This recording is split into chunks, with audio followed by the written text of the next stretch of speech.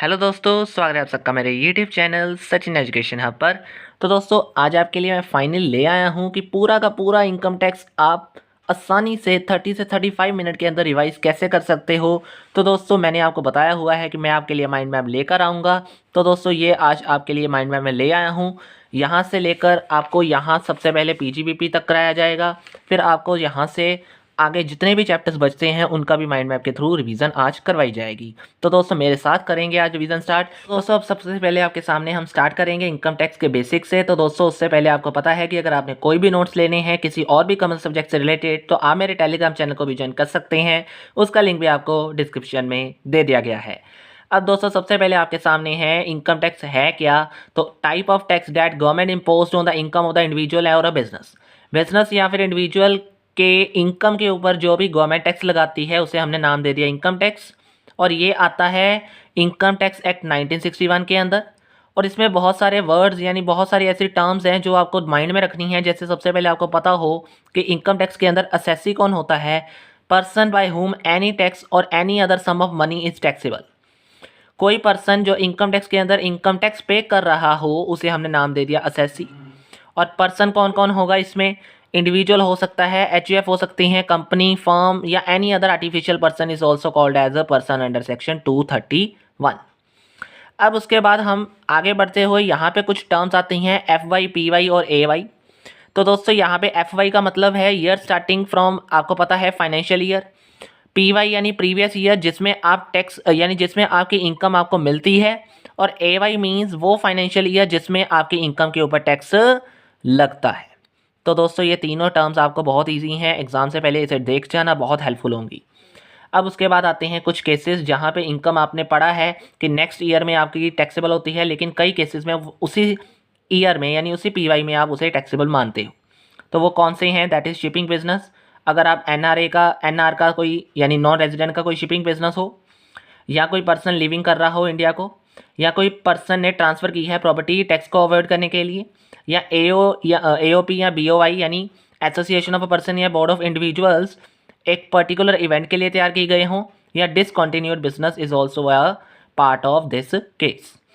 तो दोस्तों, ये पांचों के पांचों केस अगर आपने एक्सप्लेनेशन समझनी है तो आप मेरी पहली बेसिक वीडियो देख सकते हो। लेकिन आपको बस एक हेडिंग चाहिए जो आपको एग्जाम से पहले बता देगा कि कौन कौन से केसेस ऐसे हैं जहां पे आपने सेम पीवाई के अंदर क्या करना है, टैक्सेबल करनी है इनकम। अब दोस्तों, इसके बाद लास्ट हमारा यहाँ पे कुछ टॉपिक कवर होता है, डाइवर्जन और एप्लीकेशन क्या है, ये दोनों टर्म्स क्या होती हैं। तो जब आपकी इनकम असेसी के हाथ से आने से पहले ही डाइवर्ट कर दी जाए, यानी अगर मैं असेसी हूँ, मेरे तक अपनी इनकम आने की बजाय मैंने पहले ही कहीं पे उसे दे दिया, दैट इज़ कॉल्ड डाइवर्जन। उसमें हमें टैक्स नहीं देना पड़ेगा। लेकिन अगर एप्लीकेशन माना जाए तो मेरे पास इनकम आ चुकी है, उसके बाद मैंने किसी को दिया है, तो मैं टैक्स से नहीं बच सकता, मुझे टैक्स देना पड़ेगा। यानी आफ्टर रीच इज़ असेसी और बिफोर रीच इज़ एक्सेसी, ये दोनों में डिफरेंस है। आई होप क्लियर हो गया होगा। अब उसके बाद हम पहले चैप्टर से तो कवर हो गए। अब दूसरा चैप्टर है हमारा रेजिडेंशियल स्टेटस क्या होता है। तो बहुत इजी तरीके से मैंने यहीं पे आपको कवर करने की कोशिश की है कि रेजिडेंशियल स्टेटस में इंडिविजुअल और एचयूएफ आते हैं या फिर अदर्स। अगर इंडिविजुअल एचयूएफ की बात करते हो तो वो रेजिडेंट और नॉन रेजिडेंट होते हैं। और इन दोनों के अंदर रेजिडेंट की भी आगे टाइप्स हैं, दैट इज़ रेजिडेंट और ऑर्डिनरी रेजिडेंट या फिर नॉन ऑर्डिनरी रेजिडेंट। तो अदर्स की बात करें तो इसमें रेजिडेंट या नॉन रेजिडेंट ही होते हैं। तो सबसे पहले इंडिविजुअल का मानेंगे हम रेजिडेंशियल स्टेटस कैसे मानते हैं। तो बेसिक कंडीशंस आती हैं।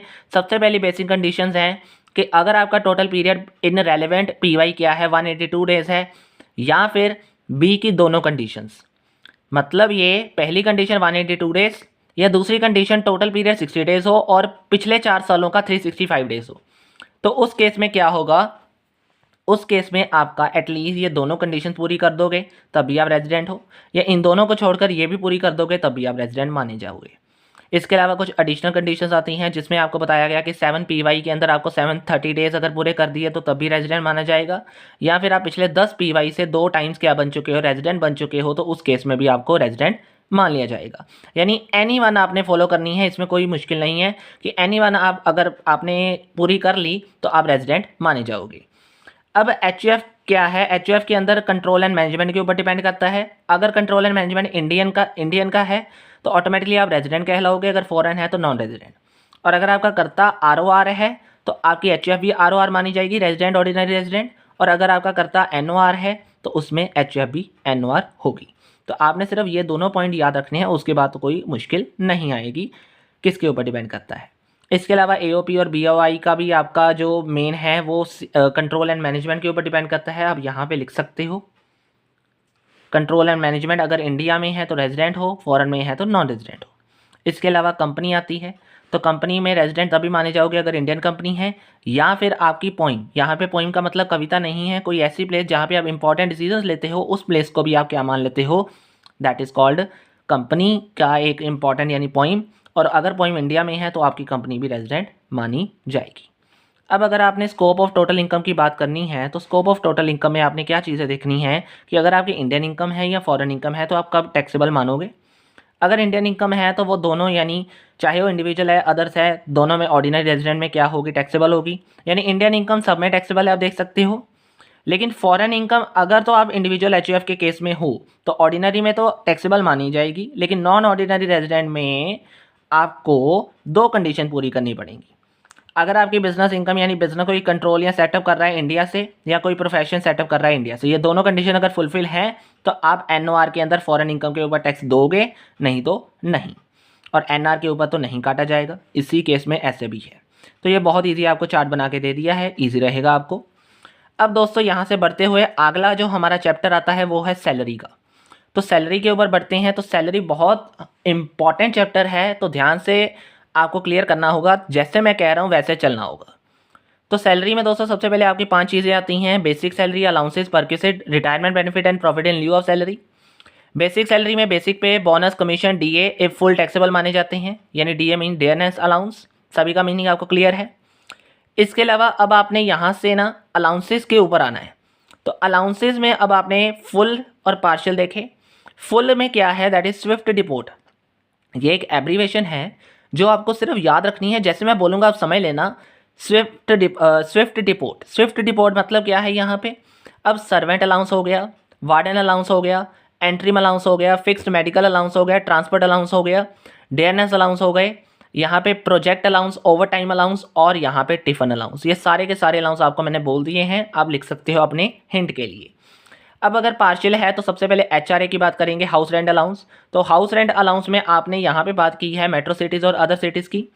तो मेट्रो सिटीज़ अगर आप बात कर रहे हो तो एक्चुअल जितना भी आपको रिसीव हुआ वो देखोगे। सिमिलरली यहाँ दोनों कंडीशन सेम रहेंगी, एक्चुअल और rent paid minus 10% of salary. और इसके अलावा अगर आप बात कर रहे हो 50% ऑफ सैलरी और 40% ऑफ सैलरी, यही डिफरेंस है बस। अगर मेट्रो सिटीज़ की है तो 50% ले लोगे, अदर सिटीज़ है तो 40% ले लोगे। और मेट्रो में आपको पता है दिल्ली, चेन्नई, कलकत्ता वगैरह आ जाते हैं। अब एक्चुअल एक्सपेंडिचर में यानी जितना अब यहाँ पे स्पेसिफिक यहाँ पे आ रहा है, तो स्पेसिफिक में आपने देखना है सबसे पहले children education allowance 100% per month, up to 2 children आप क्या करोगे, एग्जेम्प्ट कर दोगे। हॉस्टल अलाउंस 300 पर मंथ होगा। ट्राइबल एरिया तक 200 पर मंथ आपका टैक्स क्या होगा, एग्जेम्प्ट माना जाएगा। बॉर्डर एरिया में 200 से 1300 तक डिसाइड किया जाएगा। रनिंग अलाउंस में लोअर ऑफ देखा जाएगा कि 10,000 और 70% ऑफ द सैलरी। और अंडरग्राउंड अलाउंस में देखा जाएगा 800 तक पर मंथ आपको क्या मिल जाएगी, यहाँ पे पर मंथ लिख लो, आपको क्या मिल जाएगी, एग्जाम्शन मिल जाएगी। और इसके अलावा एक्चुअल एक्सपेंडिचर के ऊपर बेस्ड है, यानी जितना आपने ये अलाउंस मिला, खर्च कर दिया, जितना आपने खर्च कर दिया वो सारा का सारा एग्जेम्प्ट माना जाएगा। अब दोस्तों इसके बाद बात करते हैं, हमारा यहाँ पे जो अलाउंसेस का खेल था वो तो ख़त्म हो गया। अब हम पर्क की बात करते हैं। तो ये लो जी, पर्क यहाँ पे आ रहा है। पहला आता है फ्री एजुकेशन का, जिसमें exempt up to 1000 per month है। फिर बहुत important rent free unfurnished accommodation है, जिसमें अगर आप सेंट्रल या स्टेट गवर्नमेंट के एम्प्लॉई हो तो लाइसेंस फी आपको देखनी पड़ेगी। अगर अदर देन के अंदर आपका जो घर है वो ऑन कर रहा है एम्प्लॉयर, तो उसमें पॉपुलेशन देखो अगर 10 लाख से कम है तो 7.5, 10 लाख से लेकर 25 लाख तक का है तो 10%, 25 लाख तक का है तो 15% ऑफ सैलरी आप क्या करोगे, दैट इज़ पे, यानी इतनी आपको पर्क की वैल्यू एग्जेम्प्ट होगी। अब यहाँ पे अगर आप रेंट और लीज के ऊपर बेस कर रहे हो तो 15% ऑफ सैलरी लोगे, यानी लोअर ऑफ देखा जाएगा या फिर एक्चुअल रेंट, इन दोनों में जो भी लोअर हुआ उतना आपको पर्क की वैल्यू मानी जाएगी। और अगर आप इन दोनों को भी ऐड कर देते हो तो आपके पास क्या कहलाएंगे, दैट इज़ फर्निश्ड अकोमोडेशन, यानी 10% ऑफ फर्नीचर या फिर lease rent on the furniture.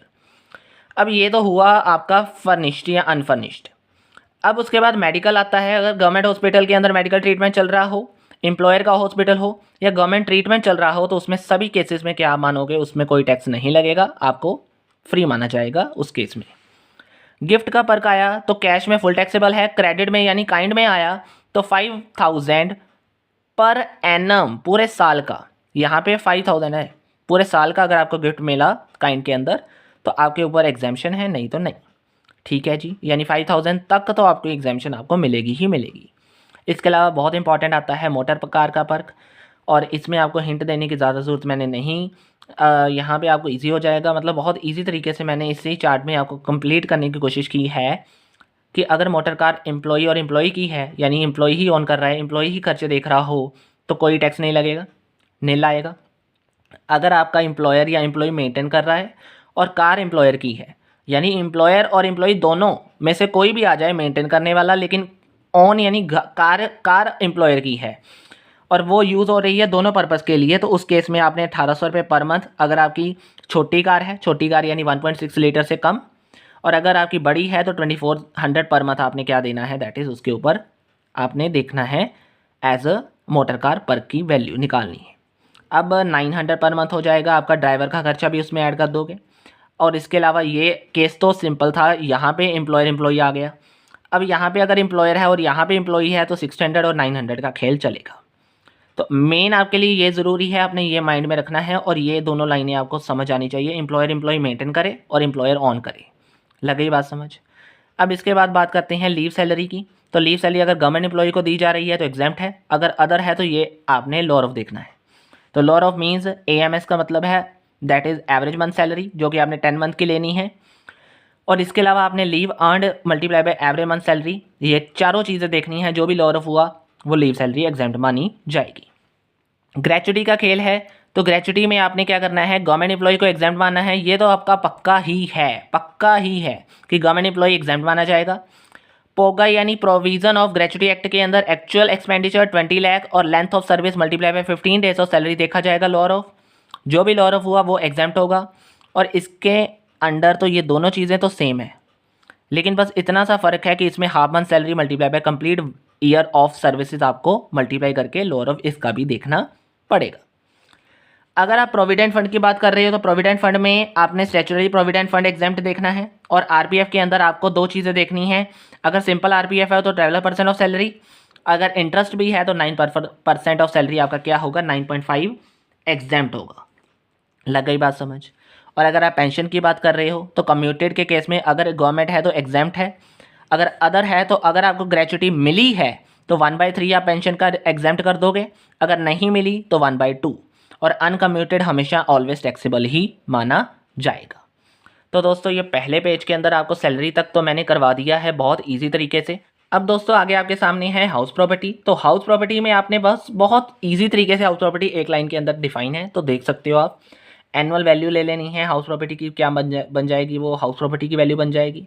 अगर आपने कैलकुलेट करनी है तो GAV ले लोगे सबसे पहले, ग्रॉस एनुअल वैल्यू, उसमें MT यानी म्यूनसिपल टैक्स माइनस कर दोगे तो क्या निकल के आ जाएगा, नेट एनुअल वैल्यू।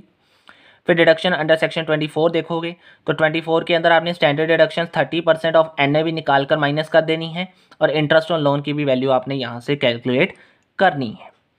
तो दोस्तों अब यहाँ पे तो सबसे पहले वर्ड आया GAV, तो GAV अगर आपने कैलकुलेट करना है तो सबसे पहले देखना होगा MV और FR में हायर कौन सा है। फिर उसके बाद जो आंसर आया उसे SR यानी स्टैंडर्ड रेंट, म्यूनसिपल वैल्यू और फेयर रेंटल वैल्यू के अंदर हायर देखो। फिर जो आंसर आया उसे स्टैंडर्ड रेंट के साथ लोअर वाला देखो, और जो आंसर यानी इसे हमने मान लेना है, यानी जो सेकंड पॉइंट है इसे हमने मान लेना है ER यानी एस्टिमेटेड रेंट, और जो इसका आंसर आया उसे एनुअल रेंटल वैल्यू के साथ मैच करो, और हायर वाला क्या माना जाएगा, वैकेंसी से माइनस करने के बाद GAV माना जाएगा। अब अगर GAV निकल आया तो उसके बाद आपने यहाँ पे इंटरेस्ट ऑन लोन का एरो मैंने लगाया है। अब अगर इंटरेस्ट ऑन लोन का एरो लगाया है तो ध्यान से देखो, इसमें फॉर्मूला लगेगा आपका ये वाला, current year plus PCI that is pre construction interest. तो प्री कंस्ट्रक्शन इंटरेस्ट में आपने ये स्टेप्स यूज़ करने हैं, आपके सामने स्टेप डिफाइन है कि सबसे पहले डेट बोरो वाली देखो, फिर कंप्लीट, बहुत इजी तरीके से डिफाइन किया है दोस्तों, आपको बस देखना है, समझना है। आई होप आपको समझ आ रहा होगा देखकर भी, तो बहुत इजी है। नहीं समझ आएगा, इसकी वीडियो सेपरेट बनी हुई है हर एक की, आप वहाँ से क्लियर कर सकते हो। अब हम बढ़ते हैं डीम्ड ओनरशिप के ऊपर। तो इसमें दोस्तों डीम्ड ओनरशिप किसे माना जाता है हम उसे एक्सप्लेन करेंगे। तो यहाँ पे लिखा है कि अगर आपने ट्रांसफ़र कर दिया या फिर ट्रांसफ़र किसको मतलब किस चीज़ के लिए किया, एसएमसी आईपीएल। तो एस का मतलब स्पाउस को ट्रांसफ़र किया, एम का मतलब माइनर को, सी का मतलब कॉर्पोरेट सोसाइटी को, आई का मतलब इम्पेरिशेबल एसेट की गई है, पी मतलब पोजेशन से टेकन करके यानी पोजेशन टेकन के रूप में या फिर लीज के रूप में। ये सारी चीज़ें क्या मानी जाएगी, डीम्ड ऑनरशिप। यहाँ पे सेक्शन मैटर कर सकता है, दैट इज़ 27। तो यहाँ पे 27 सेक्शन के अंदर ये एक्सप्लेन हो गया। फिर उसके बाद हम बात करते हैं एग्जेम्प्ट इनकम कौन कौन सी हैं। तो ये आपके सामने लिखी हुई हैं। वन सेल्फ ऑक्यूपाइड हाउस में जीएवी नील मानी जाएगी। प्रॉपर्टी अगर आपने चैरिटी के लिए हेल्ड की है तब भी एग्जेम्प्ट मानी जाएगी उसकी इनकम। और अगर हाउस प्रॉपर्टी कहीं पे अपने ही बिजनेस के लिए यूज़ की जा रही हो तब भी वो एग्जेम्प्ट मानी जाएगी। तो बहुत ईजी तरीके से आपका जो हाउस प्रॉपर्टी है वो ख़त्म करा दिया मैंने। अब हम बिना किसी देरी के करेंगे स्टार्ट पीजीबीपी। तो पीजीबीपी में सबसे पहले आपके सामने ये फॉर्मेट आपको देखना पड़ेगा कि आपने नेट प्रॉफिट एज पर प्रॉफिट एंड लॉस अकाउंट आपने ले लिया, ठीक है। उसके बाद डिसअलाउड एक्सपेंसेस को ऐड करना है, अलाउड एक्सपेंसेस को माइनस, डिसअलाउड इनकम को माइनस और डीम्ड इनकम को ऐड करना है। प्लस माइनस माइनस प्लस आपने करना है और डीएडीडी आपने याद रखना है। तो डीएडीडी के बाद आपके पास क्या निकल के आ जाएगा, दैट इज़ बिजनेस इनकम। तो दोस्तों अब आपके सामने सेक्शन 32 की बात करते हैं। तो सेक्शन 32 है डेप्रीसिएशन। तो डेप्रीसिएशन हमें कहता है कंपलसरी टू क्लेम। अब कंपलसरी हमें क्लेम करनी पड़ेगी। कंडीशन है कि आप ऑनर हो एसेट के और आपने बी&पी यानी बिजनेस और प्रोफेशन के लिए एसेट को यूज़ किया हो। उसके बाद अगर आपने सबसे पहले साल में पीवाई में आपने डेप्रिसिएशन कैलकुलेट करनी है तो आपने देखना है लेस देन 180 डेज़ के लिए 50% ऑफ रेट ले लोगे। और अगर अदर पीवाई है यानी मोर देन है, सबसे पहले मोर देन है तो फुल रेट, और अगर आपका अदर पीवाई है तो फुल रेट ले लोगे। यानी अदर हो या मोर देन 180 डेज़ हो तो आपने फुल रेट ले लेना है। लेकिन अगर पहले साल में अगर आपने लेस देन 180 डेज़ के लिए यूज़ की गई है तो 50% ऑफ रेट आपने लेना है। अगर आपने कैलकुलेशन करनी है तो आपको ध्यान में रखना होगा, सबसे पहले क्लोजिंग WDV निकालना पड़ेगा, रिटर्न डाउन वैल्यू, और उसके बाद आपने दो पार्ट्स में डिवाइड कर देना है, लेस देन और मोर देन। अभी क्लियर करिए मैंने, ठीक है। अब क्लोजिंग WD के अंदर आपने इस तरीके से कैलकुलेशन करनी है। तो आई होप आपको एरो भी समझ आ गया होगा कि ओपनिंग आपको दिया होगा, उसमें एक्चुअल कॉस्ट ऐड करो, सेल माइनस करो तो आपके पास ये चीज़ निकल आएगी। उसके बाद डेप्रिसिएशन निकल आएगी। उसके बाद अब आपने देखना है किन केसेस में डेप्रिसिएशन ना निकले, नहीं आपने निकालनी यानी नई डेप्रिसिएशन होगी। उस केसेस का नाम है, अगर वहाँ पे रिटर्न डाउन वैल्यू 0 हो, एम्प्टी ब्लॉक एम्प्टी ना हो, या ब्लॉक एम्प्टी हो रिटर्न डाउन वैल्यू 0 ना हो, उस केसेस के अंदर आपने डेप्रिसिएशन नहीं निकालनी। अब डेप्रिसिएशन के बाद कुछ अलग से एक नया केस है एडिशनल डेप्रिसिएशन। वो कब मिलेगा, जब आपका बिजनेस पावर जनरेशन या मैन्युफैक्चरिंग बिजनेस हो तब, और जब आपने ये जो डेप्रिसिएशन लगानी है वो तब लगानी है जब आपके पास न्यू प्लांट एंड मशीनरी होगी तब। तो दोस्तों यहाँ तक तो हो गया अब आपका। अब उसके बाद बात करते हैं रेट्स की। तो रेट्स आपके पास कौन कौन से केसेस में हैं। अगर आपके 4 बैकवर्ड एरिया आ जाते हैं, तेलंगाना, आंध्रा, बिहार और वेस्ट बंगाल, उसमें 35% और अदर के केस में 20%। और वही केस अगर आपने फर्स्ट पीवाई की बात की है तो 50% ऑफ रेट लगेगा। अदर देन आप 180 डेज से ज़्यादा चले गए तो फुल रेट। तो फर्स्ट पीवाई के अंदर आपने 180 डेज से कम यूज़ किया तो 50% ऑफ रेट ही आप लगाओगे। यहाँ पे आप मेंशन कर लो 180 डेज लेस देन की बात की गई है। तो लेस देन के अंदर आपने याद रखना है 50% ऑफ रेट ही लगेगा।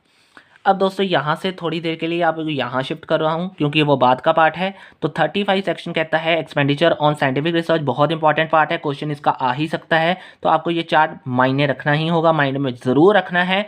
और इन द हाउस रिसर्च और डोनेशंस की बात करते हैं। तो अगर आपने साइंटिफिक रिसर्च में अपने ही किसी साइंटिफिक रिसर्च के अंदर जो कि बिजनेस से रिलेट नहीं करता उस केस में एक्सपेंडिचर किया है तो आपको कोई यहाँ पे टैक्सेस नहीं देने पड़ेंगे, नॉट अलाउड, ये अलाउड ही नहीं किया जाएगा। अगर कोई ऐसे वहाँ पे आपने किया है जहाँ जो कोई बिज़नेस के रिलेट करता है तो वहाँ की अगर आपने बिल्डिंग यानी बिल्डिंग के ऊपर खर्चा किया है तो कोई आपको यहाँ पे मतलब क्या है, नील है, यहाँ पे टैक्स नहीं लगेगा। 100 मतलब आपको जो एक तरीके की 100% आपको कह लो एग्जेम्पशन मिलेगी किस केसेस के ऊपर। तो वहाँ पे आपने ये याद रखना है कि 100% एग्जेम्पशन है, रेवेन्यू एक्सपेंडिचर भी 100% मिल जाएगा आपको वापस, और कैपिटल एक्सपेंडिचर भी 100% मिल जाएगा। और अगर आपने कहीं पे अप्रूव्ड रिसर्च मैन्युफैक्चरिंग कंपनी में की है तो लैंड हमेशा नील रहेगा क्योंकि वो एसेट ही नहीं माना जाता बिल्डिंग के मतलब डेप्रिसिएशन के अंदर। अब उसके बाद बिल्डिंग की बात करते हैं तो 100%, लेकिन अब यहाँ दोनों में चेंजेस आए हैं, दैट इज़ 150 और 150। तो ये इतनी तक आपको क्या मिल जाएगी, अगर आप साइंटिफिक रिसर्च के अंदर खर्चा करते हो तो एग्जाम्पशन मिल जाएगी। अब डोनेशन की बात करते हैं तो 150, 150, 100 और 100 आपके सामने नाम लिखे हुए हैं। बहुत ईजी है ये चीज़, बस आपको ये चार्ट अपने माइंड में रखना है और कुछ नहीं करना। अब नो डेप्रिसिएशन और नो एडिशनल डेप्रिसिएशन आ गया वर्ड, आपको अलाउ नहीं की जाएगी उस एसेट के ऊपर जो कि आपने इन दोनों पर्पस यानी साइंटिफिक रिसर्च के लिए यूज़ की हो। और अगर आपका स्पेसिफाइड बिजनेस है तो आपने एक एब्रीवेशन है याद रखनी है, PPEZWCH। इस पूरी एब्रीवेशन को अगर आपने समझना है तो आप मेरी PGPP की वीडियो देख सकते हो, आपको पता है मैंने वहाँ पे इन चीज़ों को डिटेल से समझाया है। तो PPEZWCH क्या होता है, अभी मैं ज़्यादा नहीं, प्रोडक्शंस के रिलेटेड हैं, इंडस्ट्री और सर्विसेज, और इसके अलावा आपको होटल वगैरह आ जाते हैं। ये सारी चीज़ें आपको वहाँ पे क्लियर हो जाएंगी, 100% डिडक्शन मिलेगी यहाँ पे आपको, और इससे ज़्यादा आपको और क्लैरिटी की ज़रूरत यहाँ पे नहीं है। आपको सिर्फ ये याद रखना है और इसकी क्लैरिटी करनी है तो आप मेरी स्पेसिफाइड बिजनेस की वैल्यू मतलब वीडियो है जो वो देख सकते हो। अब अगर आपने बात करनी है सेक्शन 36(1) की, तो मिसलेनियस डिडक्शंस आपको यहाँ पे गिवन कर दी हैं। इंश्योरेंस प्रीमियम्स के ऊपर मिल जाएगी, बोरोड कैपिटल के मिल जाएगी, एम्प्लॉयर अगर आप RPF और SPF के अंदर कंट्रीब्यूट करता है तो वहाँ मिल जाएगी। इसके अलावा जनरल डिडक्शंस और सेक्शन 40 यानी सारे सेक्शंस आपको यहाँ पे डिटेल से समझा दिए गए हैं, हिंट दे दिए गए हैं कि अगर आपको सेक्शन माने जाते हैं, यानी इस केस को आप समझो। सबसे पहले ये आपके लिए बहुत ईजी है, ये तो आप पढ़ भी रहे हो। अब ये समझो कि डीम प्रॉफिट क्या होता है सेक्शन 41, कि अगर आपका अचानक से कोई प्रॉफिट हो गया, यानी अगर आपने कोई डिडक्शन मतलब रिकवरी अगेंस्ट एनी डिडक्शन, मतलब कोई डिडक्शन से उसमें रिकवरी आ गई, कोई सेल की है आपने एसेट की, वहाँ पे साइंटिफिक रिसर्च के रिलेटेड हो गया वो काम, तब भी आपको वापस आ जाएगा। कहीं पे आपने लॉस को अच्छे से एडजस्ट कर दिया तो वहाँ पे भी आपको आसानी से, यानी डीम्ड, पता नहीं कब क्या हो जाए, यानी ऐसी चीज़ें होती हैं कि ये चीज़ होने वाली है और ये आपकी ही मानी जाएगी, तो उस केस में डीम्ड लिखा जाता है। यानी डीम्ड इनकम, ये मेरी इनकम होने वाली है या मेरी ही इनकम है, अभी आई नहीं है पर मेरी ही है, उसमें क्या माना जाएगा, डीम्ड। तो यहाँ पे प्रॉफिट है, ये मेरा प्रॉफिट होने वाला है या हो गया है या हो रहा है, वो चीज़ क्या है, डीम्ड प्रॉफिट। ये बाकी सेक्शंस आपको दे दिए गए हैं। तो दोस्तों यहाँ तक आपको PGPP भी हो गया क्लियर। अब हम बात करेंगे कैपिटल गेन की। तो दोस्तों PGPP तक हमने क्लियर कर लिया सारा, अब कैपिटल गेन के ऊपर आते हैं। तो सबसे पहले gain on transfer of capital asset is capital gain. तो कैपिटल एसेट क्या है, ये लो जी, ये CA का मतलब कैपिटल एसेट है। तो CA का मतलब अंदर ये जो कैपिटल एसेट आ रही हैं वो कौन कौन सी हैं, कोई भी मूवेबल या इमूवेबल एसेट हो गई, कोई भी सिक्योरिटी FII यानी फॉरेन इंस्टीट्यूशनल इन्वेस्टर्स के लिए, या कोई राइट अगर आपने इंडियन कंपनी के ऊपर लिया हुआ है तो वो भी कैपिटल एसेट है। और नोट ये है कि personal movable property is not a capital asset, ये आपको याद में रखना है। और कैपिटल एसेट दो तरीके की हैं, STCA और LTCA। और अगर आप बात कर रहे हो STCA की, तो अगर आपने एसेट पीरियड ऑफ होल्डिंग यानी POH का मतलब पीरियड ऑफ होल्डिंग, अगर आपकी वो एसेट आपके डेट ऑफ ट्रांसफ़र से पहले आपके पास 36 मंथ से ज़्यादा के पीरियड के लिए नहीं है, यानी 36 मंथ से ज़्यादा का टाइम पीरियड उसका नहीं हुआ और आपने उसे सेल कर दिया, तो वो चीज़ आपके लिए क्या है, STCA यानी शॉर्ट टर्म कैपिटल एसेट। और अगर ज़्यादा से यूज़ हुआ है, ज़्यादा हो गया उसका टाइम पीरियड, तो लॉन्ग टर्म। लेकिन कुछ केसेस ऐसे आते हैं जहाँ पे आपको देखना है, दैट इज़ अनलिस्टेड सिक्योरिटी या फिर लैंड एंड बिल्डिंग के केस में, अगर आपके उस चीज़ के 24 मंथ भी पूरे हो गए तो वो LTCA मानी जाएगी। और इससे भी ज़्यादा आपको ध्यान में रखना है कि अगर लिस्टेड शेयर और यूनिट्स ऑफ UTI हैं या फिर जीरो कूपन बॉन्ड्स हैं तो उसके अंदर आपको 12 मंथ के बाद ही क्या देखना पड़ेगा, उसे LTCA यानी लॉन्ग टर्म कैपिटल एसेट मानना पड़ेगा। तो दोस्तों एक ही लाइन के अंदर आपको सारी चीज़ें क्लियर हो जाएं तो आपके लिए बहुत अच्छा है। अब हम बात करने वाले हैं दोस्तों ट्रांसफ़र एसेट की, यानी ट्रांसफ़र क्या चीज़ें होती हैं। तो ट्रांसफ़र का मतलब यहाँ पे सेल ऑफ एसेट है, maturity of zero coupon bond है, कन्वर्जन कर दी अगर आपने कैपिटल एसेट इनटू सिटी यानी स्टॉक इन ट्रेड में, तो वो चीज़ें भी क्या है, दैट इज़ ट्रांसफ़र मानी जाती हैं। और अगर ये ट्रांसफ़र मानी जाती हैं तो क्या नहीं माना जाता, ये लो जी, अगर आपने HUF की पार्टीशन कर दी, कोई कैपिटल एसेट गिफ्ट के वे में दे दी, कोई कैपिटल एसेट आपने होल्डिंग से सब्सिडरी या सब्सिडरी से होल्डिंग को ट्रांसफ़र करी है, कोई NR की ट्रांसफ़र NR को हुई है, या कोई म्यूचुअल फंड, तो ये सारी चीज़ें क्या है, नॉट अ ट्रांसफ़र। अब हमने पढ़ना है सेक्शन 48 आता है यहाँ पे, ये लीजिए हमने मेंशन भी कर दिया। अब ये 48 वाला कहता है कैपिटल गेन कैसे कैलकुलेट करना है। तो सबसे पहले full value of consideration, face value यानी फुल ले लो सकते हो, एक्सपेंसेस माइनस कर दो, यानी इसका मतलब सेल हो गया, सेल में से एक्सपेंसेस माइनस कर दिया तो नेट सेल कंसिडरेशन आ गई। उसके बाद अगर तो लॉन्ग टर्म कैपिटल एसेट है तो दोनों के अंदर आपने क्या करना है, इंडेक्सेशन कैलकुलेट करनी है। COA means cost of acquisition, COI means cost of improvement. तो दोनों अगर LTCA हुए तो आपने दोनों के अंदर क्या करनी है, इंडेक्सेशन। और ये रही इंडेक्सेशन की कैलकुलेशन कैसे करनी है। अगर COA के लिए करनी है तो COA divided by CII of acquisition year, यानी जब आपने वो चीज़ खरीदी है उसमें आपकी कॉस्ट इन्फ्लेशन इंडेक्स की वैल्यू कितनी थी, ये आपको टेबल गिवन होगा। अगर आपको चाहिए तो आप मेरे टेलीग्राम चैनल से ये चीज़ ले सकते हो, नहीं तो आप मेरी वीडियो भी देख सकते हो। और ट्रांसफ़र डेट की CII वैल्यू आपने मल्टीप्लाई करनी है। सिमिलरली जिस ईयर में आपने इंप्रूवमेंट करवाई है वो डिवाइड हो जाएगा, और जिसमें आपने उस चीज़ को बेचा है वो मल्टीप्लाई हो जाएगा। हो गया ये। अब इतना सब कुछ होने के बाद भी उन्होंने कह दिया कई चीज़ें हैं जहाँ पे इंडेक्सेशन नहीं करनी, even if it is LTCA। तो उस केस में आपने किस चीज़ों में नहीं करनी, अगर वो जीरो कूपन बॉन्ड्स हैं, कोई डिबेंचर्स हैं या शेयर्स हैं, कोई LTCA अंडर सेक्शन 112A के अंदर आता है, कोई डेप्रिसिएबल एसेट है, ये सारी की सारी चीज़ें क्या हैं, that is not a indexation of LTCA, यानी इंडेक्सेशन नहीं होगी अगर ये LTCA है तो भी। अब हम कुछ एग्जाम्पशंस इसके अंदर देते हैं, उनकी बात करते हैं। तो अंडर सेक्शन 54 में ये बहुत इंपॉर्टेंट क्वेश्चन है, तो मैंने मेन चीज़ें डिफाइन की हैं। अगर सबसे पहले यहाँ से आओगे फिर यहाँ पर पकड़ोगे तो 54 की बात करते हैं। तो 54 में आपने मेन चीज़ें देखनी है कि ये सारी चीज़ें तो आपको क्लियर हो गई। आपने मेन देखना है कि 1 रेजिडेंशियल हाउस होना चाहिए इंडिया के अंदर, तब मिल जाएगी इसके अंदर आपको एग्जाम्पशन। अगर आपको 54C के अंदर चाहिए तो अर्बन एग्रीकल्चर लैंड के ऊपर मिलेगी। डी के अंदर इंडस्ट्रियल पर्पस के लिए अगर लैंड यूज़ की गई है। EC में अगर आपने बॉन्ड्स इन दोनों के यूज़ किए हैं तब, और EE के अंदर अगर आपके गवर्नमेंट नोटिफाइड बॉन्ड्स हैं तब आपको क्या मिल जाएगी, एग्जाम्पशन यहाँ पे मिल जाएगी। और 54F बहुत इंपॉर्टेंट है। इस केस में आपको देखना है कि अगर कोई LTCA और उसका जो रेजिडेंशियल हाउस है वो आपका एक इंडिया में है, और अगर आपने उसकी एग्जाम्पशन वैल्यू कैलकुलेट करनी है तो उस केस में अगर आपने इन्वेस्टमेंट, ध्यान रखना इस चीज़ में, एक चीज़ आपको यहाँ पे माइंड में बता देता हूँ, दोनों में फ़र्क क्या है। दोनों में फ़र्क इतना है 54F में कि ये जो रेजिडेंशियल हाउस है ये ट्रांसफ़र हो चुका होगा, ट्रांसफ़र इज़ डनिंग, और उसके बाद अगर आपने कोई इन्वेस्टमेंट की है किसी के अंदर, किसी LTCA के अंदर, तो उसके बाद जो प्रोसेस होगी वो इसमें मानी जाएगी। और अगर आपकी वहाँ पे वैल्यू IRH की ज़्यादा हुई NSE के अंदर, यानी नेट सेल कंसिडरेशन से ज़्यादा हुई, तो वहाँ पे आपका कैपिटल गेन फुल एग्जाम्प्ट है। और अगर कम हुई तो आपने ये फॉर्मूला लगाना है, LTCG multiply by amount invested divided by NSC यानी नेट सेल कंसिडरेशन। तो क्लियर हो गया कैपिटल गेन का भी चैप्टर। अब अदर सोर्सेज की बात करते हैं, तो ये लीजिए इतना सा अदर सोर्सेज हैं। ये मैंने मेन में चीज़ें नहीं, मैंने डिटेल से ही लिखा है कंसेप्ट, बस आपको और डिटेल चाहिए तो आप मेरी वीडियो देख सकते हो। तो दोस्तों इसमें आपकी इनकम्स इसके अलावा बहुत सारी हैं, आप पढ़ रहे हो।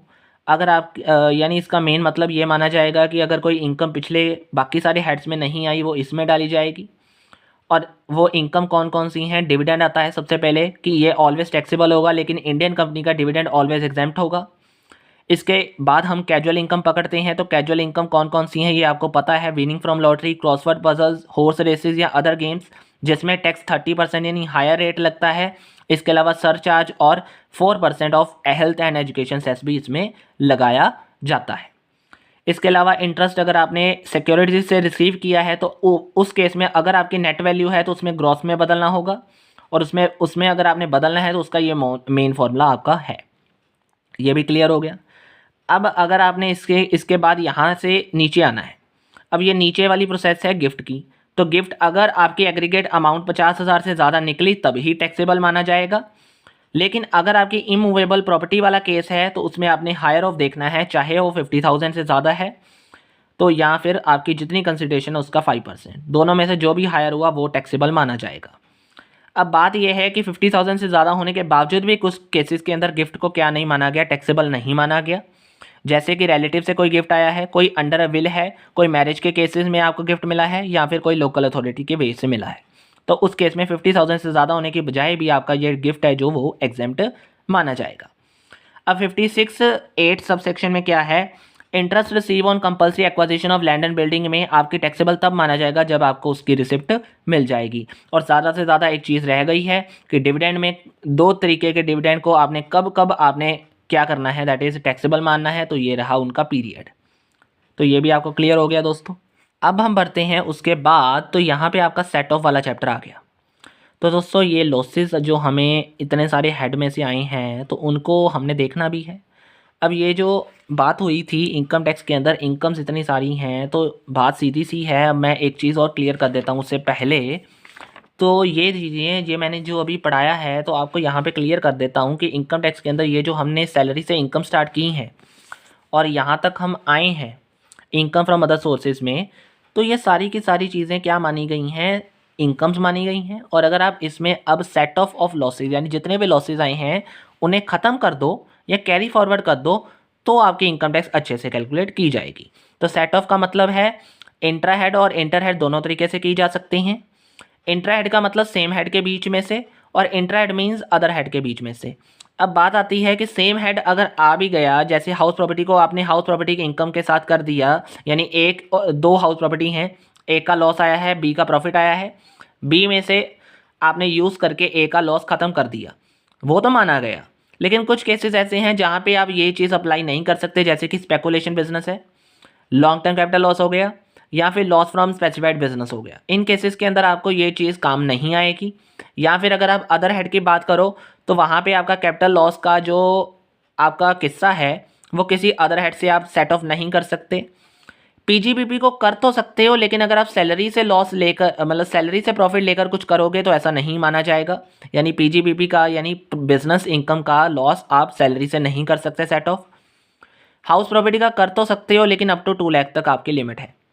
तो ये सारी चीज़ें आपको माइंड में रखनी है। अब उसके बाद हम बात करते हैं कि अगर ये सब होने के बावजूद भी आपका लॉस बच जाता है तो उस केस को हमने मान लेना है कैरी फॉरवर्ड, और आपने उसे कैरी फॉरवर्ड करना है। और अगले साल जब आपने कैरी फॉरवर्ड किया उसे सेम हेड के साथ आपने क्या करना है, दैट इज़ कैलकुलेट करना है। तो सेम हेड मतलब कि सेम हेड में से ही आपने उसे बाद में कुछ करना है, सेट ऑफ करना है, नहीं तो नहीं। और असेसी को ये चीज़ करनी पड़ेगी, ये मैंडेटरी मानी गई है। अब अगर आपने ट्रीटमेंट यानी इसे कैरी फॉरवर्ड करने के बाद देखना है लॉसेस को, तो वो चीज़ कैसे होगी। अगर आपका लॉस आया है हाउस प्रॉपर्टी का तो सबसे पहले सेम हेड के और जाओ, सेम हेड से नहीं हुआ अनदर हेड के पास आओ, अनदर हेड से 2 लाख तक तो आप कर सकते हो, लेकिन फिर भी कुछ बच जाता है तो सेम हेड के साथ आपने अगले साल उसे कैरी फॉरवर्ड करके क्या करना है, सेट ऑफ करना है। इसके बाद बिजनेस लॉस आता है तो सेम हेड से ट्राई करो। उसके बाद अदर हेड से कर तो सकते हो लेकिन सैलरी से नहीं कर सकते, लेकिन फिर भी अगर बच जाता है तो कैरी फॉरवर्ड करोगे नेक्स्ट ईयर के लिए और सेम हेड के साथ उसे सेट ऑफ करने की कोशिश करोगे। कैपिटल लॉस आता है तो कैपिटल लॉस में आपने शॉर्ट टर्म कैपिटल लॉस को तो दोनों तरीक़ों से कर सकते हो, लेकिन लॉन्ग टर्म को सिर्फ आपने एलटीसीजी से ही करना है, या इससे ज़्यादा आप किसी से नहीं कर सकते। और capital loss only with capital gain not with other head, ये आपको यहाँ पे भी डिफाइन कर दिया गया। स्पेसिफाइड बिजनेस की बात करते हैं तो ये भी वही चीज़ है, स्पेसिफाइड बिजनेस का स्पेसिफाइड बिजनेस के थ्रू ही आप कर सकते हो, उसके अलावा किसी और से नहीं। और ब्रॉड फॉरवर्ड लॉस यानी जब तक आपने लॉस ट्रांसफ़र किया है उसका टाइम पीरियड क्या होगा, यानी कब तक आपका वो लॉस बना रह सकता है, that is 8 annual years house property के केस में, 8 बिजनेस के इनकम के बेस में। लेकिन अगर आपका स्पेकुलेशन बिजनेस है तो 4 ही ईयर मिलेंगे आपको एनुअल ईयर। स्पेसिफाइड है तो कोई पीरियड नहीं है, जितना मर्जी लॉस रहे कोई बात नहीं, लेकिन इसका मतलब ये नहीं है कि आपका ज़्यादा ही लॉस आ जाए। ये नॉर्मल लॉस की बात कर रहे हो आप, मतलब इनडेफिनेट पीरियड दे दिया गया है, लेकिन इसमें आपको मैटर करता है वो चीज़ें। कैपिटल लॉस है तो 8 मिलेंगे, अदर सोर्सेज है तो 4 एनुअल ईयर्स मिलेंगे। कुछ इंपॉर्टेंट थिंग्स यहाँ पे आपको लास्ट में बताई गई हैं कि अगर आपने रिटर्न ऑफ यानी अगर आपने रिटर्न ऑफ लॉसेस भरनी है यानी लॉसेस की रिटर्न भरनी है तो वो ज़रूरी भरनी पड़ेगी अगर आपने कैरी फॉरवर्ड करना है लॉसेस को। लेकिन अगर आपकी हाउस प्रॉपर्टी का लॉस आ रहा है या अनएब्जॉर्ब डेप्रिसिएशन आ रही है उसमें वो चीज़ें यानी उसकी अगर आप रिटर्न नहीं भी भरते तो आपका ऑटोमेटिकली वो ट्रांसफ़र कर दिया जाएगा, कैरी फॉरवर्ड कर दिया जाएगा, आपको उसकी ज़रूरत नहीं है। और अगर आपकी एलिजिबल इनकम होने के बावजूद भी आपने कुछ सेट ऑफ नहीं किया तो आप कभी भी उसे सेट ऑफ नहीं कर पाओगे, आपका वो लॉस भी परमानेंट माना जाएगा। तो ये दोनों पॉइंट भी क्लियर कर दिए। सेट ऑफ वाला भी दोस्तों आज मैंने इसी वे में आपको समझा दिया है। डिडक्शंस अंडर सेक्शन 80C से 80U बहुत इंपॉर्टेंट और इंटरेस्टिंग चैप्टर है दोस्तों मेरे लिए, तो खास करके इस वे में मैं आपको बहुत अच्छे से मैं समझा चुका हूँ, बहुत अच्छे से मैंने कराया भी है ये चीज़, और आपको बताया कि इस चीज़ को याद करने का बहुत अच्छा तरीका है, वो मैं अब दोबारा से करवा देता हूँ आपको। सबसे पहले 80C आता है, तो 80C से लेकर 80U में 80C में क्या है, जितनी भी सेविंग्स आएंगी, जितनी भी सेविंग्स, ये लो हिंट के बेस पे PPF आ गया, NSC सर्टिफिकेट्स आ गए, या फिर कंट्रीब्यूशन टू UTI आ गया। जितनी भी सेविंग्स हैं उसे एज अ क्ल्यू मानकर आपने उसमें डिडक्शन देनी है, यानी उसे आपने ATC में डालना है, और ATC में डालकर उसे एग्जाम्पशन देनी है कितनी, जितनी अमाउंट आपने इन्वेस्ट की है, या फिर 1,50,000 तक आपको लोअर ऑफ देखा जाएगा, और जितना भी लोअर ऑफ हुआ वो आपको क्या मिल जाएगी, दैट इज़ ATC के अंदर डिडक्शन मिल जाएगी। हो गई ये सेविंग्स से आपको क्लियर हो गई यहाँ पे। और इससे भी ज़्यादा अगर आपने याद रखना है तो मेरी राइम के ऊपर आपको जाना पड़ेगा। यहाँ पे मैंने बताया था, ये चीज़ आपको मैंने पहले क्लियर कर दी गई है, बहुत बार क्लियर कर दी है मैंने, कि C फॉर, अगर आपने यहाँ से याद करना है तो C फॉर सेविंग होता है, C फॉर और कुछ नहीं मानना है, इसमें बोलने पर जा सकते हो, आपको मानना पड़ेगा C फॉर सेविंग। हिंदी से आप जोड़ सकते हो C फॉर सेविंग, ठीक है, याद हो जाएगा। CCC का मतलब क्या है, कंट्रीब्यूशन आपने करनी है, इसमें याद रखना है इंटरेस्ट बोनस ऐड हो जाएगा, बाकी सारी लोअर ऑफ वही चीज़ रहेगी, हो जाएगा। CCD में गवर्नमेंट की नोटिफाइड आ जाती हैं, तो गवर्नमेंट की नोटिफाइड में आपको याद रखना है, सेल्फ एम्प्लॉयड में आपको 20% ऑफ GTI मिल जाएगी। अगर 1 वाला केस आ रहा है तो अप टू 10%, 2 वाला केस आ रहा है तो अगर आप गवर्नमेंट एम्प्लॉयर हो तो 14% ऑफ सैलरी, अदर हो तो 10% ऑफ सैलरी। ईजी है, कोई मुश्किल नहीं है, ये बहुत कम मिलती है आपको, ये दोनों चीज़ें ज़्यादा मैटर करती हैं। अगर आपने तीनों की मिलाकर लेनी है तो ये लो जी, आपके जो मेन हेड आ गए हैं, यहाँ पे हेड के अंदर आपको तीनों के मिलाकर भी डिडक्शन मिल सकती है। अगर आप तीनों के अंदर ले यानी आपको तीनों के अंदर मिल गई है तो आपको इसके अंदर भी मिल जाएगी, इसका मतलब ये है।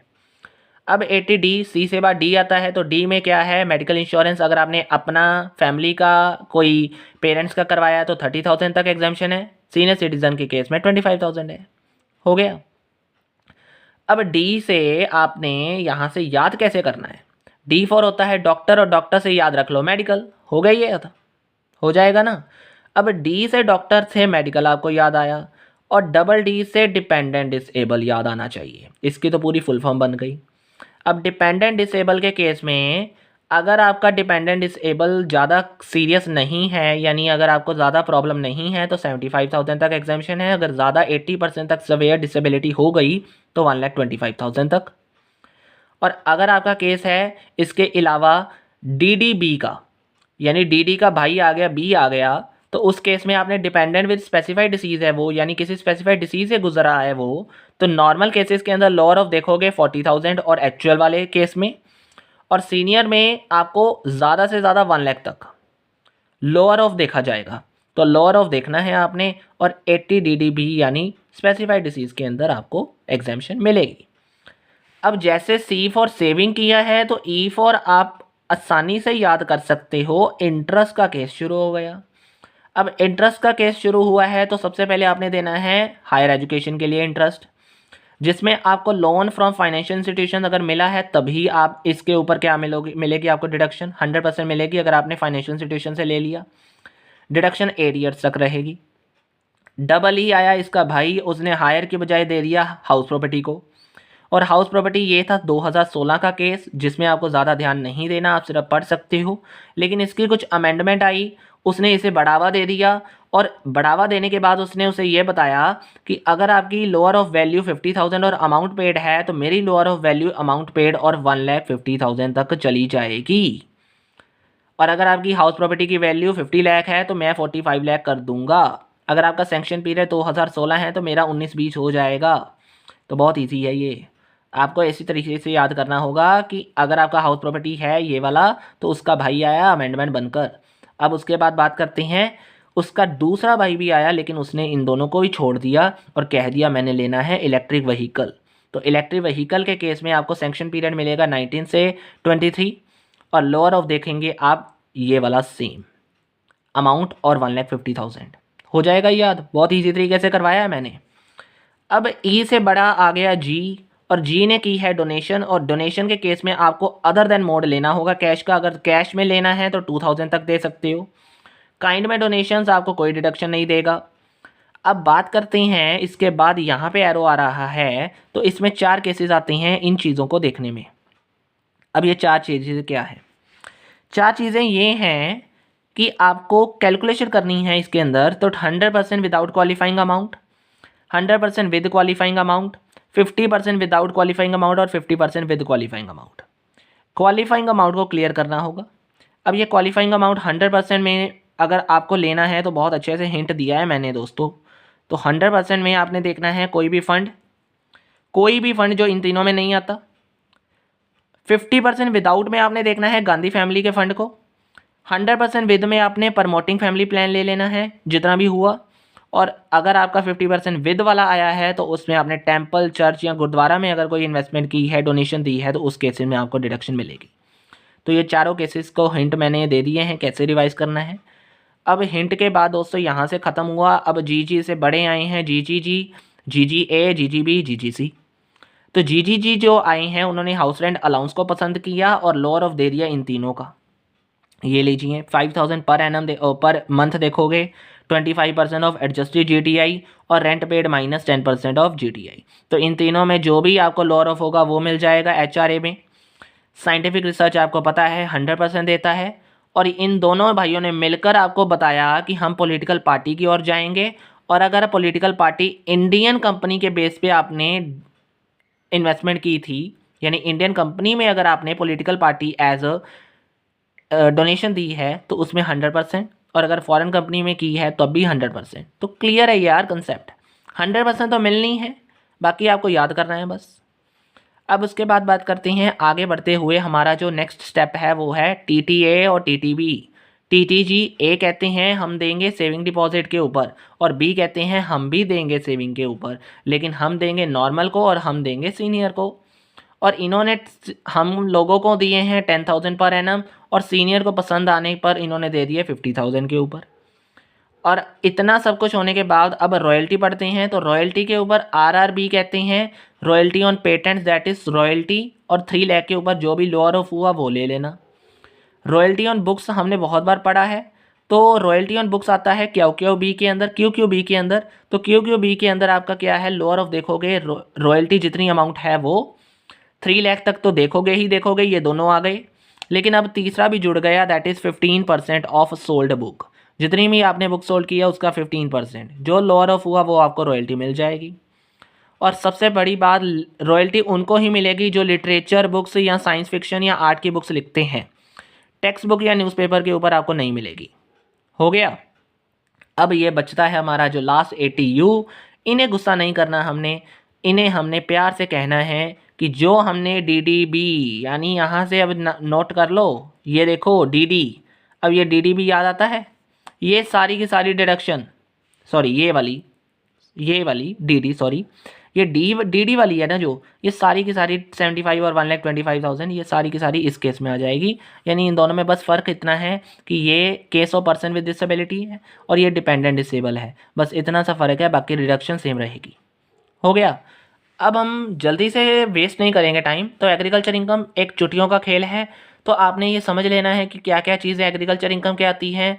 आपको क्लियर हो रहा है यहाँ पे। इसके अलावा अगर कोई मतलब रेंट मिला है लैटिंग ऑफ लैंड के बेस पे, कोई एग्रीकल्चर ऑपरेशन से इनकम आई है, कोई इनकम ड्राइव्ड हुई है फार्म बिल्डिंग से, या फिर आपने सीड्स ग्रोन किए हैं एग्रीकल्चर इनकम की नर्सरी में, तो उस केस में वो सारी चीज़ें क्या हैं, एग्रीकल्चर इनकम मानी जाएंगी। और इसके अलावा अगर कोई डिविडेंड इनकम आपको एग्रीकल्चर कंपनी से मिलेगी वो एग्रीकल्चर इनकम नहीं होगी। ये पॉइंट है आपके लिए, क्लियर कर लेना ये पॉइंट।